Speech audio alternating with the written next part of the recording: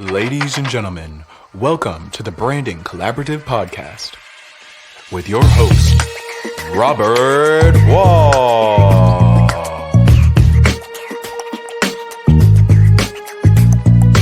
Get your mind tight right from the start, and then make sure it aligns with your heart. Get your mind tight right from the start, and then make sure it aligns with your heart.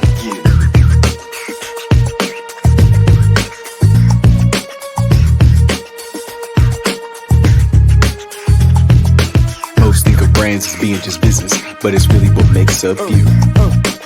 Let's get down to business. Dun dun dun dun dun. The brand is you. There we go. There we go. We are live with Laron Henderson. Welcome to the Branding Collaborative Podcast. And, here on the Branding Collaborative, we just want to recognize that it's, businesses are all about the people, right? The people behind the products and services. Because at the end of the day, like, you are the fabric that makes up the business.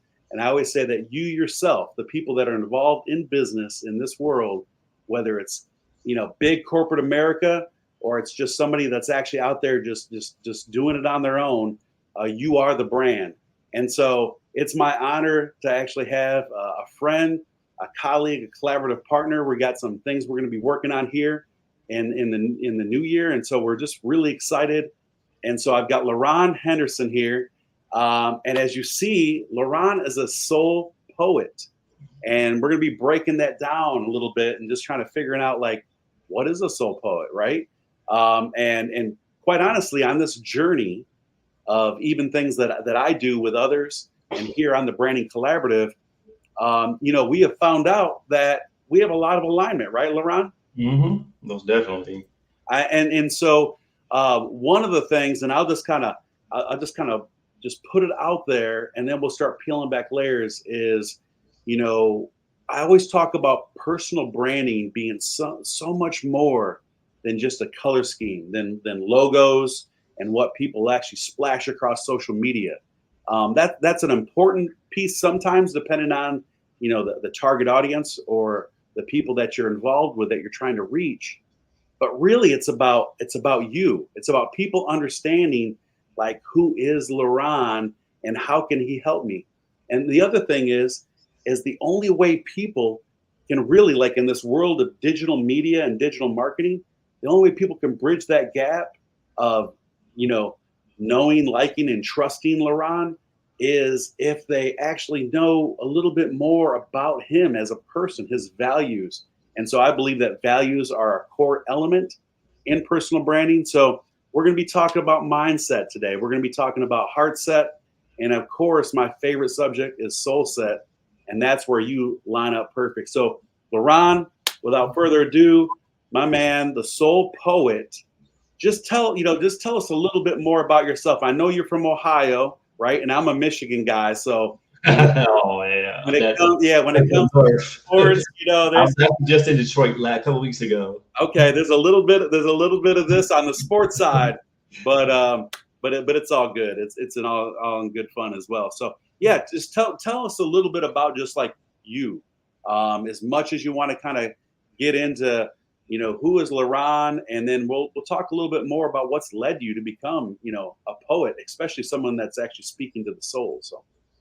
Okay, so as you said, my name is Laron. I'm a poet, spoken word artist, and I'm originally from Dayton, Ohio. I didn't grow up in the not so nice neighborhood, but my mom did the best she could with us and raised me, my brother, and family. So even though I grew up not the best, I still had a pretty good childhood. But I also saw a lot of rough things in my childhood, growing up in the poverty, growing up in the ghetto, which is where a lot of my poetry comes from, because I saw a lot of bad things, a lot of my friends going to jail, a lot of my friends dying, being murdered, and so on and so forth. So I started noticing that, and I moved up to, my ticket out was coming to Ohio State University. I have a lot of student loan debt to show for it, but it's the good and bad because it got me out. So I didn't graduate from Ohio State, unfortunately. But even though I didn't graduate, I learned so much there. I still have a few friends there I talk to. I go to my friend's church 20 years, so I've known him. I actually go to his church now, so I've been knowing him for 20 years, and he got me into God and stuff like that. Nice. So the poetry aspect, that's where it comes from. Growing up, I listened to a lot of rap music. Tupac is one of my favorite artists of all time. He Okay. spoke from the soul, told like so many tears, Dear Mama, Letter to My Unborn Child. He didn't have any kids, but he wrote a song about what kind of father he would like if he had kids. And I know he has this thug image, but there's a whole other side that people say from all the interviews. I do a lot of study about Tupac. So all the interviews I heard, he was kind, gentle. He really cared about his community, he cared about his people. Right. And Nas is another influence because Nas is like 50 years old and he's still doing it. He's just still preaching from the soul and telling his story from the soul. And one day I said, I want to do that one day. When I was at Ohio State, I used to go to poetry bits at Ohio State, but I was only like 20, 25 back then when I came to Ohio State. Yeah. I can't do this. I can't do it. Earlier, I just came from Detroit. So I made a post about it a few weeks ago. Eminem, just, everybody knows who Eminem is. Yes. And he told his story. He grew up in a trailer park, stuff like that. And he did an interview when he started rapping that he listened to tracks from Naughty by Nature. He was like, man, there's no way. I can't rap like that, but of course, he did it anyway. He's the biggest artist in the world. Yeah, that's how I got to the poetry. Just seeing my friends and family going through stuff, my own personal issues, and a big part of my poetry is men's mental health and mental emotional state. Like I said, I grew up on rap music, so a lot of rap music was gangster rap music, influencing gang culture, thug culture, this and that other. Yeah. Movies promoting thug culture, especially in the Black community. So one day I just got tired of it. I said, I don't want to listen to this no more. It's a bad influence on me. I'm seeing what it's doing to my culture. I'm seeing what it's doing to the younger generation. If these artists can go up there and do that, I can do something. I can write something. So one day I just started journaling, writing in my journal. And I went to Toastmasters, and then I started doing it in Toastmasters. I'm like, oh, you're really good. You should do something with them. Well, Toastmasters is a great organization, but when you're there, it's like, well, yeah, they tell everybody that. But you know what? It was a step forward, though, and that's really, like you said. Even you mentioned earlier about going to Ohio State, and even though you didn't graduate from there, that experience led you to other things, right? The church, right. And friends, and relationships, and that's the same exact thing. And like you said, whether it was Toastmasters, you learned something, you took something away from that, and that's what matters, really. Right. Yep, it sure is. Like Toastmasters, I'm about to rejoin Toastmasters. Actually, a friend of mine, he just invited me back, so I'm about to rejoin it. But Toastmasters is really what kickstarted all of this, because when I started doing them, everybody kept giving me such good feedback. And then from Toastmasters, there was Clubhouse. So of course it was. I'm anti-iPhone, so I'm all Android all day. So Clubhouse came to Android like a year after it got to iPhone. So when it came to Android, I found a music room. So I'm like, okay. Well, I've been to Toastmasters. Did I do open mic? I did a few open mics, maybe not too many. So I found this music room and these poetry rooms on Clubhouse. I said, okay, if I can go in here and get people to listen to my poems, then I know I got something. Yeah. So that's what I did. That's what led me to Detroit this past weekend, because I met the producers in Clubhouse. That's what led me to Detroit this past weekend to record some tracks. So I went in there, I did my thing. They kept inviting me back, and telling me I'm doing good. I met another guy. I hired him to be my writing coach. And what he taught me how to concise because I can go, once I start writing, I don't stop. And especially when I get my feelings, I can be really long-winded. I want to say this, I want to say this. Because my paper is how I get my emotions out. Because I keep everything inside, which I'm going to get into later. I keep everything inside, keep everything bottled up. When I write on that paper, like it all comes out. That's beautiful, though. I mean, that's where your art is, right? For a painter, it's in a paintbrush, and your paintbrush just happens to be, a pencil or a pen, and that in itself, by the way, there's a message in there that I just kind of want to pull a couple little things out for the people that are listening later. A lot of times when I'm first, even just talking to somebody about, coaching or wanting to go into business, or maybe there's a certain limiting belief that they have and they're trying to get over a hurdle, the very first thing I always recommend is journaling. And so I'm so glad that you brought that up. It's super healing and therapeutic. Obviously, on one end, it would be to also listen and then writing, right? And so it sounds like you were doing a little bit of both of that, right? Through poetry, through music, and other things that were inspiring you, but you were getting your thoughts, right? Everything that was in here, you were starting to put down on paper. And that's just so crucial. I didn't want to overlook that, because a lot of times people have great ideas, or they have all this stuff going on up here, but until they put it down on physical paper, it really doesn't allow them to make their dream convert into a reality, right? And so it's like that first step. So that's awesome. So tell me, I mean, a little bit more about that. So that led you through that process. And when was the very first time, if you don't mind me asking, when was the very first time that you got on stage or got in front of someone and put that poetry out, right? Because most poets, they initially start writing for themselves. You know, it's therapeutic. You're getting it out there. It's something that, you know, and then when did you first kind of put it out there? How long ago? I probably say probably like a few years ago. I got on my open mic, but I think the biggest breakthrough for me was last year. The biggest audience I performed in front of, like, I started small, like I said earlier. I started in Toastmasters, and I started to do local events, a few open mics. A friend of mine, anytime she has an open mic, she invites me out. So, but the biggest breakthrough came was last year. I think you know Chris Broha. Yeah. Book launch last year for his book, the networking book. I'm sorry, the exact title skips my brain at the moment. Yeah. But yeah. I took his course, and it helped me out a lot. He had a course called Networking Breakthrough Academy. Chris is the most down-to-earth person I've ever met in my life. He has a way of pulling things he pulled things out of me that, because when I originally joined, I was a big-time network marketer. I've done it all. Probably joined about 50 companies, 50 different products, but that wasn't me. And he was like, man, why don't you just start promoting your poetry? I'm like, nobody cares about that. Yeah. But what I found when I start telling people about it, they're like, oh, that's so cool. Or everybody cares about it. That's right. I'm trying to write poetry. I'm like, so to me, in my mind, you can write poetry. What are you talking about? Like, if I can do it, you can do it. Yeah. But they were like, oh, yeah, no, I can't do that. So I'm like, okay. So he invited me to his book launch last year. I went up there. I wrote a piece specifically for his book launch event. And when I got done, the MC, I think his name was James, he brought me back up there, and he's like, let's give him a round, a big round of clap. And the whole audience just started clapping. I'm like, what do you mean? It was like 30, 40 people in the audience, and probably another 30, 40. It was probably a little over 100 people all together between online and the audience. Wow. And it brought a tear to my eyes. I never, ever knew that I could make that kind of impact on people. Isn't that amazing? And again, another little like kind of pause moment where I'm always telling people, you know, when you have like limiting beliefs, you have self-doubt, there's all kinds of things that creep in, even imposter syndrome. Once you start to head down that path in life, you know, you're looking at those people that are already like at that level of success that you want to be at. And a lot of times that fear creeps in because you're like, I'm not getting the same results, or I can't actually be them.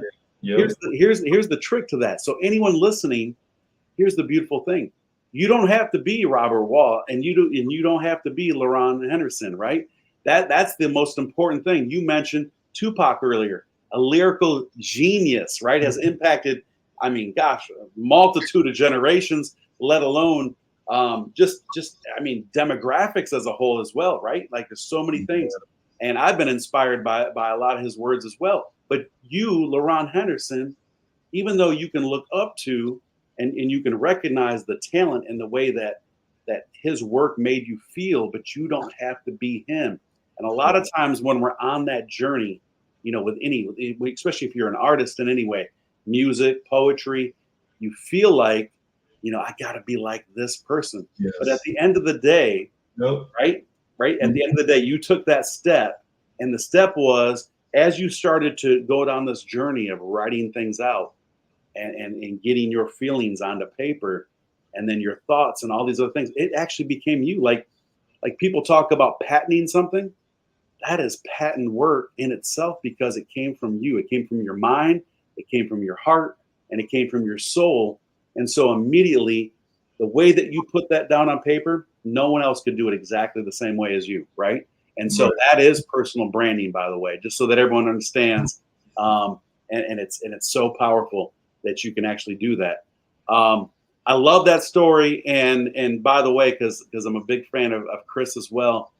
Did you know that Chris, and maybe you resonated with him on this, you know that Chris used to be a big introvert. And didn't you? Yeah, Yeah, you knew about that? yeah, he tells me that all the time. It's like, man, he's like, I was an introvert. This, that. Well, I'm an introvert too. What do you know? So Yeah, yeah. He does not like talking on I mean, at the time I meant he did not like talking on stages. He said that he kind of kept to himself, and that's the beautiful thing is once he was able to kind of tap into that in the way that he's serving people in a big way. Not only is he now, speaking on big stages and really kind of converting this mindset, giving people this opportunity. He's doing it all. I mean, he's doing it with huge corporate, setting, groups.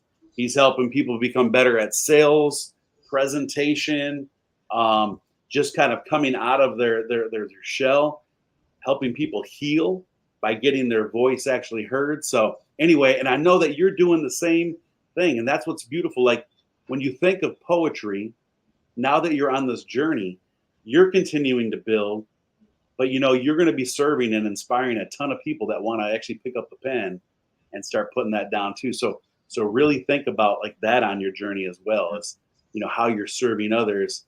And I love it, man.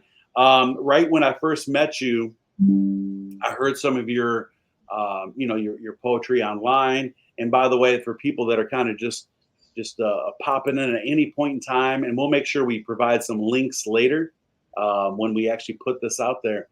But people can find you all across social media, Spotify, Instagram, Apple, and again, like I said, other platforms. Soul Poetry Healing, correct? Yeah, yep, that's me. All right, and so let's dive into that. Let's talk a little bit more then about You talked about the breakthrough as far as getting out there and putting your content on stage. Let's talk about what kind of drew you to this moment, right? I always say that the best way that you can actually create mind and heart and soul alignment is that when you come to this place where you accept the good and the bad that has happened in your life. Yeah. And it's really taking that and becoming empowered to recognize it and then figure out that, what, I don't have to be anchored to the past. I can focus on today and the people that I'm going to serve and change in addition to self. And then that actually lays out the path for your future, right? Yeah. So do you mind just kind of walking us through, even if it's kind of the short story of that journey of, when did you ever reach rock bottom or a place in life where you were like, man, I need some healing? Yeah. Well, that's funny that you mentioned. It's actually now because All right. Let's. I'm going through a divorce right now, and my marriage was abusive, both verbally, constantly. Like I was never good enough, or things was always wrong, called names, disrespected constantly, and I didn't really say too much because I'm an introvert. And as a man, we internalize our feelings. Like I said, we don't never really say anything about it. We just let it go on and going on. So, and then one day it became physical, and I was like, okay, I had enough. I can't deal with this anymore. I'm not gonna go to all the details, specifics of what actually happened, but it became physical. And I called the police. I had to call the police first because, okay, like I'm a man, so I was scared. Like, hey, what if they arrest me? Because I've been accused of selling drugs. I've been handcuffed.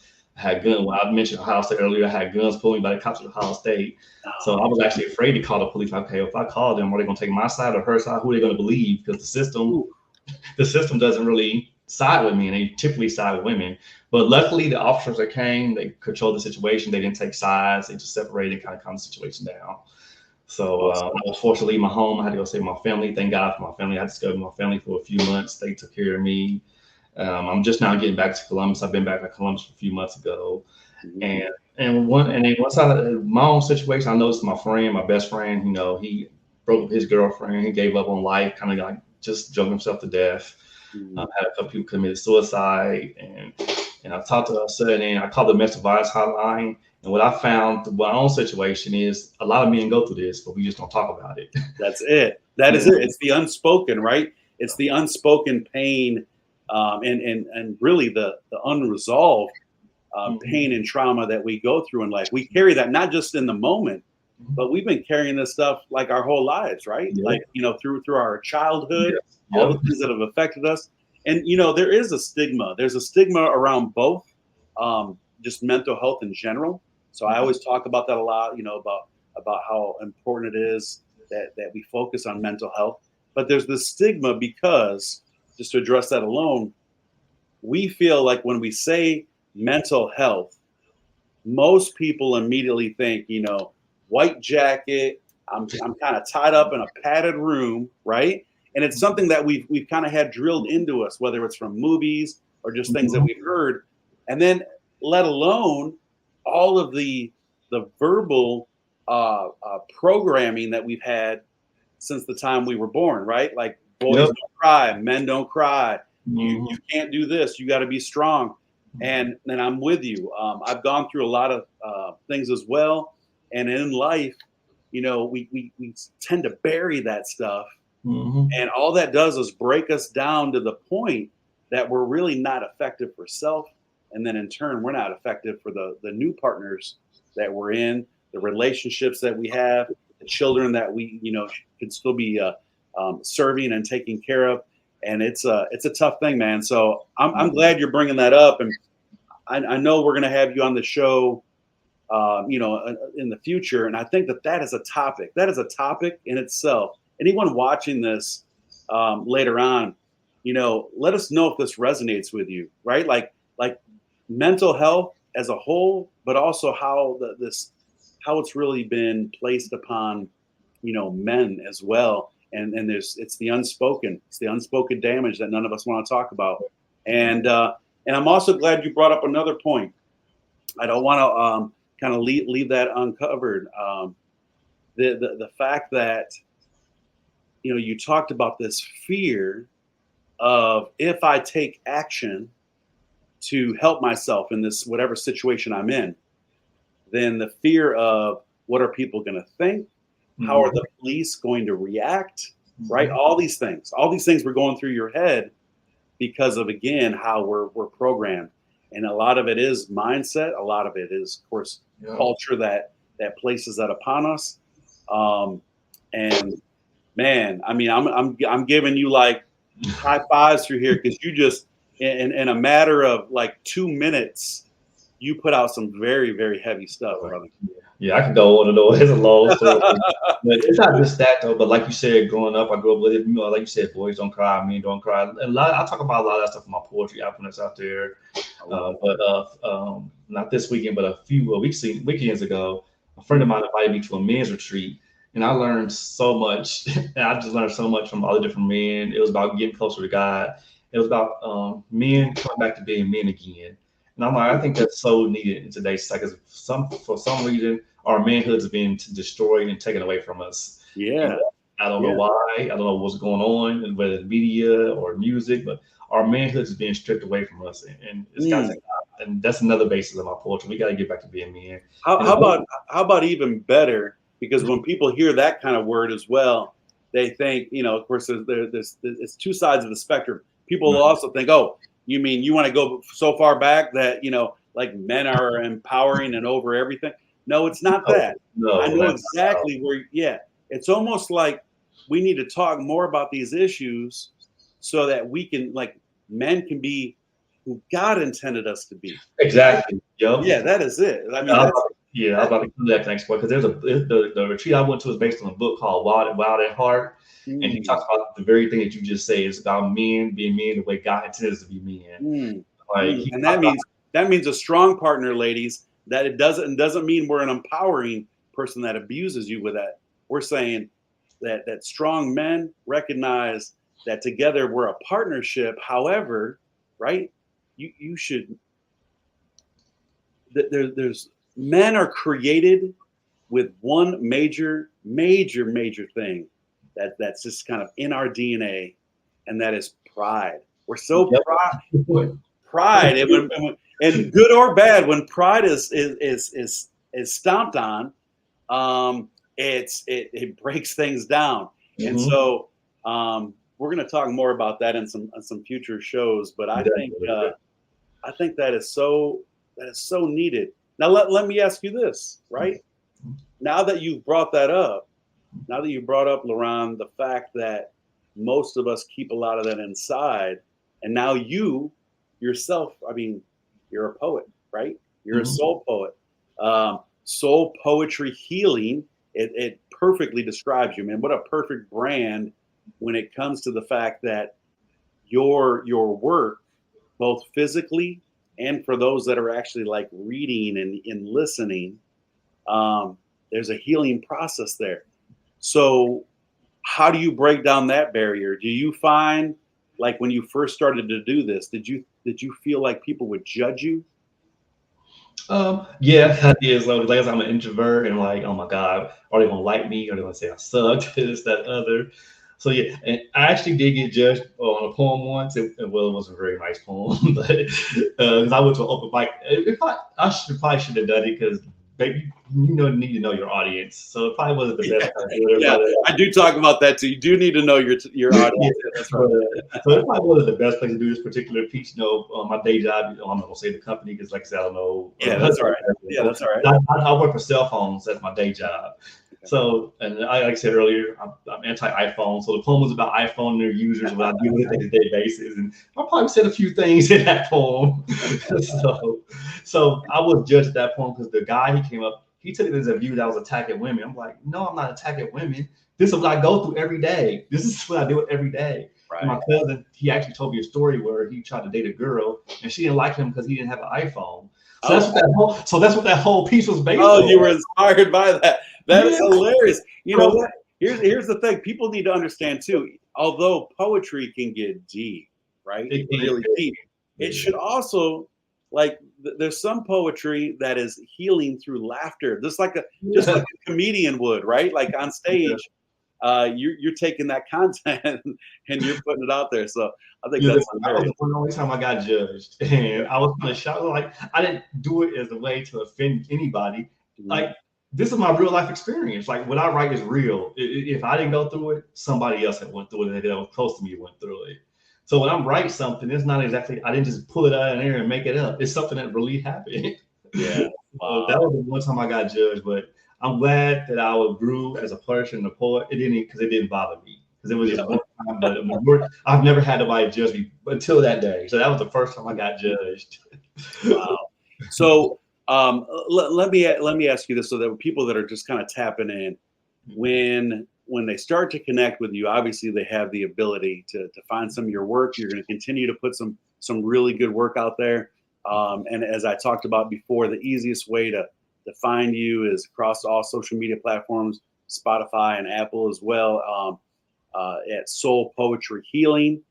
And it's Laron Henderson. But do you have like things in the works where you're going to be doing workshops and helping other people like actually pick up that pen and start putting things on paper? Have you thought about that as well? I have. I'm actually working on that right now. I'm working with a lot of people. And they've actually been trying to push me to do that. They're like, Ryan, you should do this, and you should teach people how to do that. So yeah, I think that is going to be sometime in the works. I had to build up my confidence. That I had to do it myself first. Absolutely, right. So, without a doubt. What I want people to understand about poetry is it doesn't have to rhyme.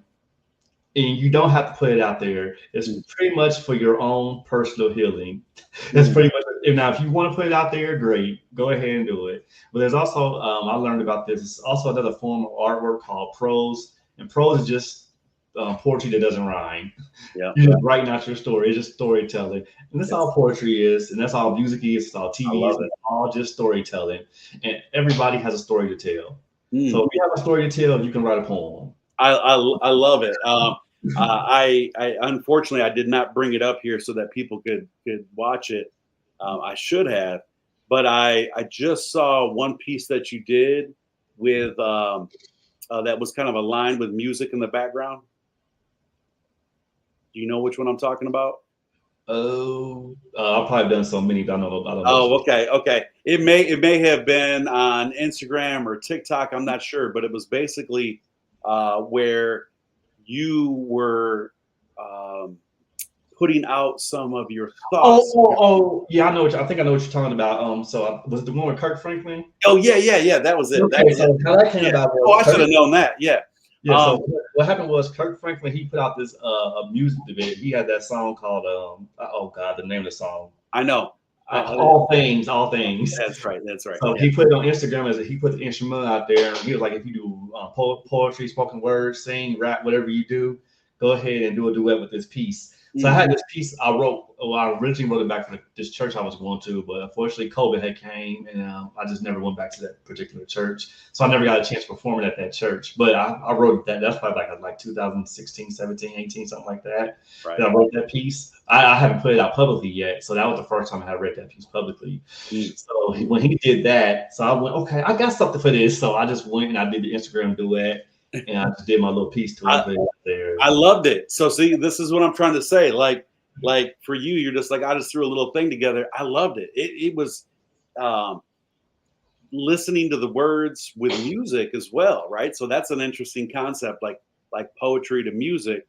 I really felt it. And so I've always felt, I wrote a few poems when I was younger, nothing at like your level, but I always felt like, being a musician, that poetry was just another extension of that, right?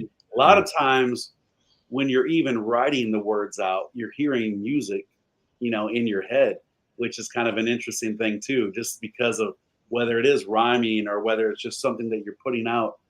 And I'm so glad that you touched base with that. So people that are thinking about poetry, it doesn't have to be all these other dynamic structures. It can actually just be fluid, just like let it go, right? Whatever's sitting on your heart, just kind of put it out there. Yeah, like I said earlier, Eminem is one of my favorite artists. And if you listen to Eminem, then his wordplay is freaking nuts. Like he can make words rhyme and have no business rhyming. And there's a story. There's a story in everything he's saying. Most people just, they hear the music and maybe if it's not their style, they're like, oh, it's whatever. But there is a story in every single one of his. So you don't have to be Eminem. Eminem, he's just telling his story. He does it in an immaculate way, and sometimes he gets a little crazy with it. Sometimes I have to turn up. Okay, well, that's too much. I don't want to listen to what he's talking about right here. But he is amazing at his wordplay. I'm like, I can never be Eminem. But like you touched on earlier, I don't have to be. You don't have to be. That's the point. That is the point. And everybody has a story to tell. Absolutely. And here's the thing, right? So, I talk a lot about just being an entrepreneur, but on this journey, it's why 97% of most businesses or any type of ventures will categorize everything, right? Whether it's poetry, songwriting, music, anything, most of them fail in the first 3 years because of exactly that. They're on this journey and they think they need to be like that person or that idol. And when they fall short, when there's any type of shortcomings and they can't figure out how to get over that hurdle, they typically will throw in the towel way before they actually experience breakthrough, right? And the other thing I'll put out there is most people, they throw in that towel at the 9th, 10th, 11th hour when really breakthrough is sitting right at 12 o'clock, right? So it's just something to think about. And that's why I want people to really understand it is all about you. And what a perfect segue, by the way, Laron. So, I have the Branding Collaborative podcast. My business is Universal Branding, and it's spelled YOU. I always talk about the fact it's all about you. You are the brand. And because of that, you actually wrote a poem, a custom poem that you put together for our team. And do you mind sharing that today on this recording? Yeah, sure. So when you told me about what your topic was, what your business was about, so I just took what you told me and I just based it around what you do. So and based on that, I just call it the power of you. So I'm gonna get into it. It says, "You got it. You have it. It's been there all along. Shout it, scream it. It's the power of you. Like He-Man, raise up, say, I have the power. Your goals, dreams, anything your heart desires. You have the power to achieve them. Goals, set them. Dreams, have them. You have the power. It's there. It's always being. Right from the start, whatever your heart desires, you have the power. Go forth in victory. Like the flame that starts to fire. Watch how bright it gets from the power of you. I know they seem so far away. Just know every step you take, you get closer and closer to the finish line. You have the power to reach and chase them. Go after your goals. Rise to the occasion. Hold to them. Never let them go. No one can stop you. You have the heart. You have the drive. You have the passion. The power of you is all you need. You can reach all of your dreams. Go get a team to support you. Don't give up or slow down. The power is in you. Devour all your self-doubt. Don't sit back and go on the attack. No time like the present to pursue your passion. It's evident that you have the power. Look in the mirror, see that reflection. It's the power of you. Don't deny your greatness. It's not too late. You're still alive. You're still breathing. You still here. Hear the roar of a lion deep inside. Never forget you were put on this earth for a purpose. It's the power of you. Always is, always will be. It's the power of you.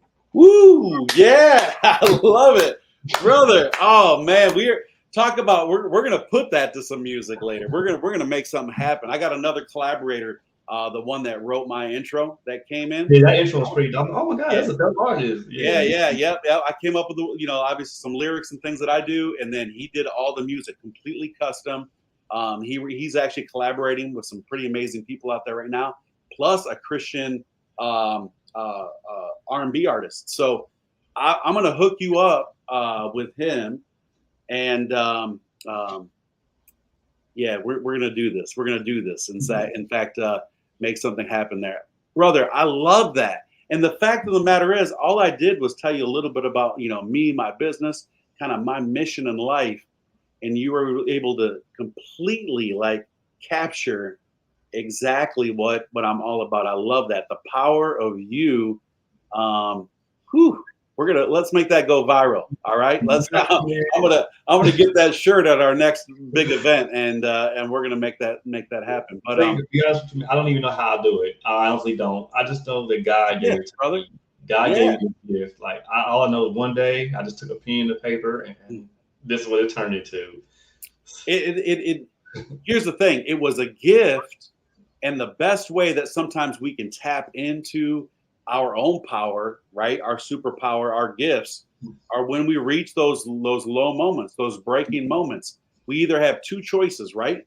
We can kind of crawl under a rock and just continue to hide and pull those covers up or whatever it may be, to where we just, we're just never getting out of the situation.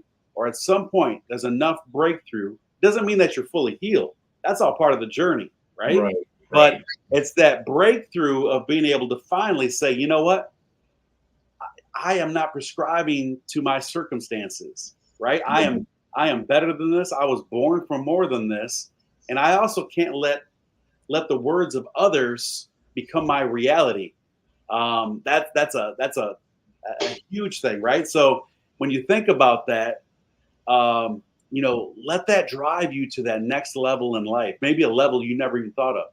If you said your poetry started a few years ago, so if I would have met you 8 or 10 years ago and said you're someday going to be, a huge poet that's going to change the lives of thousands of people, would it look at me crazy or what? Oh yeah, I would say you're crazy. I would say you're crazy.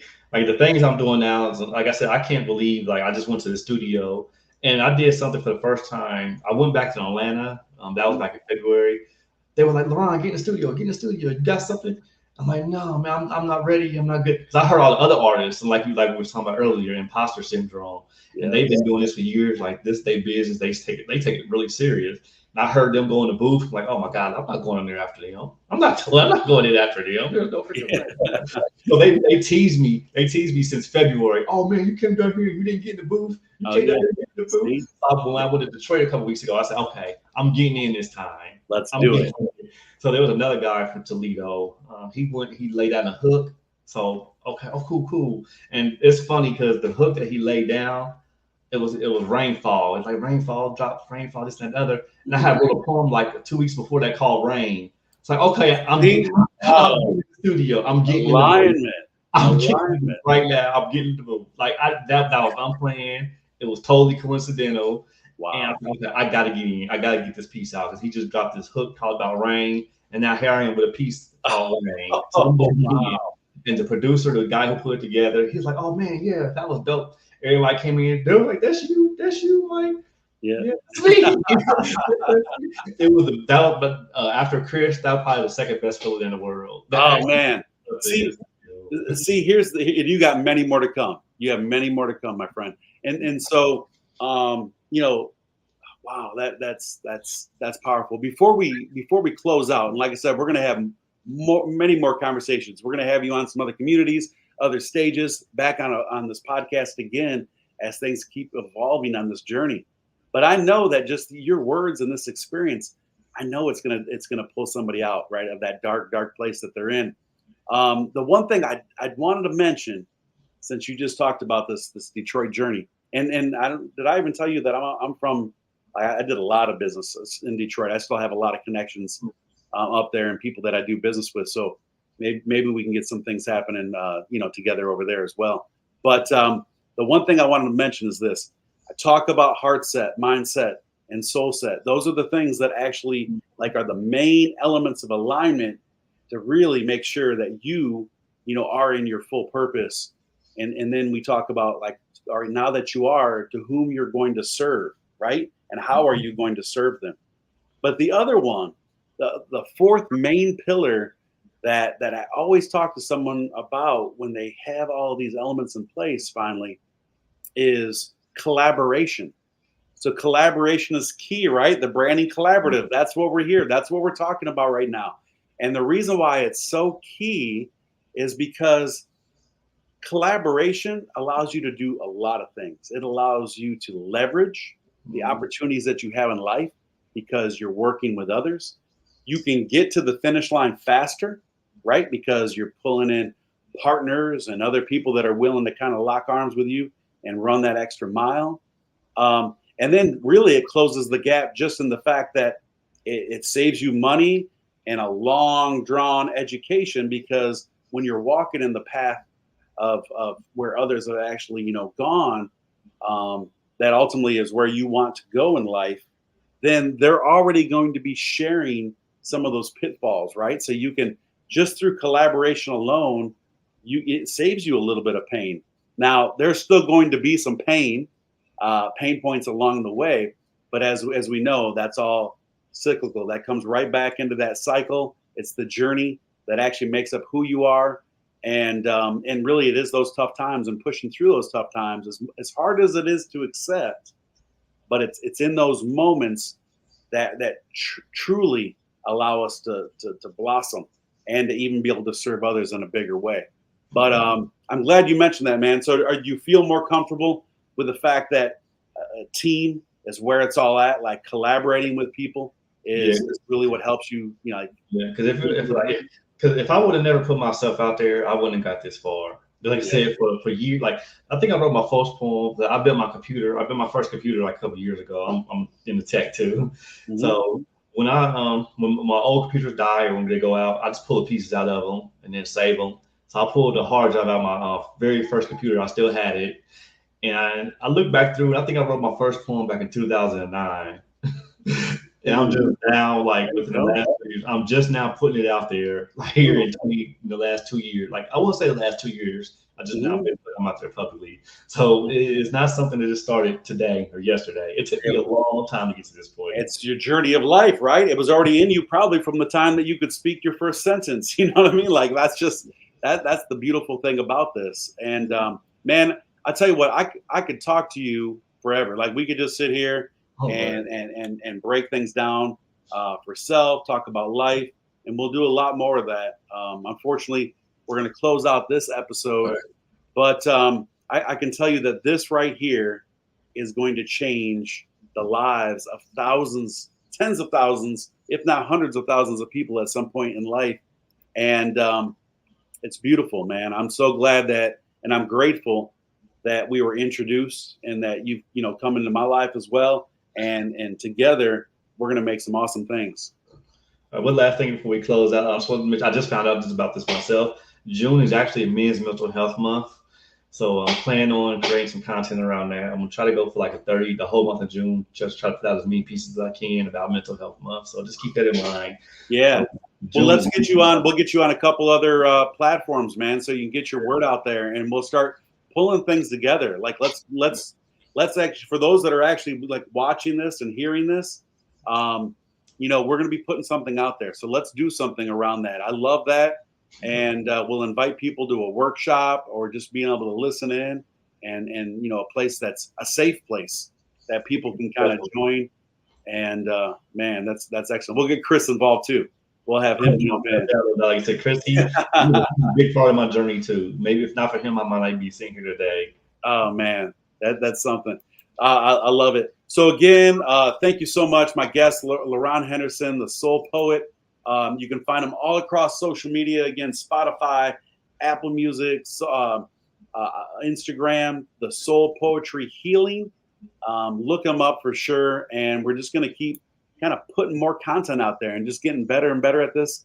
And so that we can serve people in a big way. And Laron, I appreciate it, man. And hopefully the power of you actually impresses some people. Hopefully. And we're gonna take that places. I believe even for that mental health, that might be a perfect little motto for a lot of people coming aboard, you know? Definitely. So I appreciate you, man. Thank you so much. And we'll take it from there. Until another episode. Yeah, thank you. Another episode of the Branding Collaborative podcast, where again, it's the people behind the business that make up the brand, and the brand is you. And Laron Henderson absolutely has created an entire brand in himself. And I know that that's going to serve you in a big, big way. So thank you. Thank you. All right.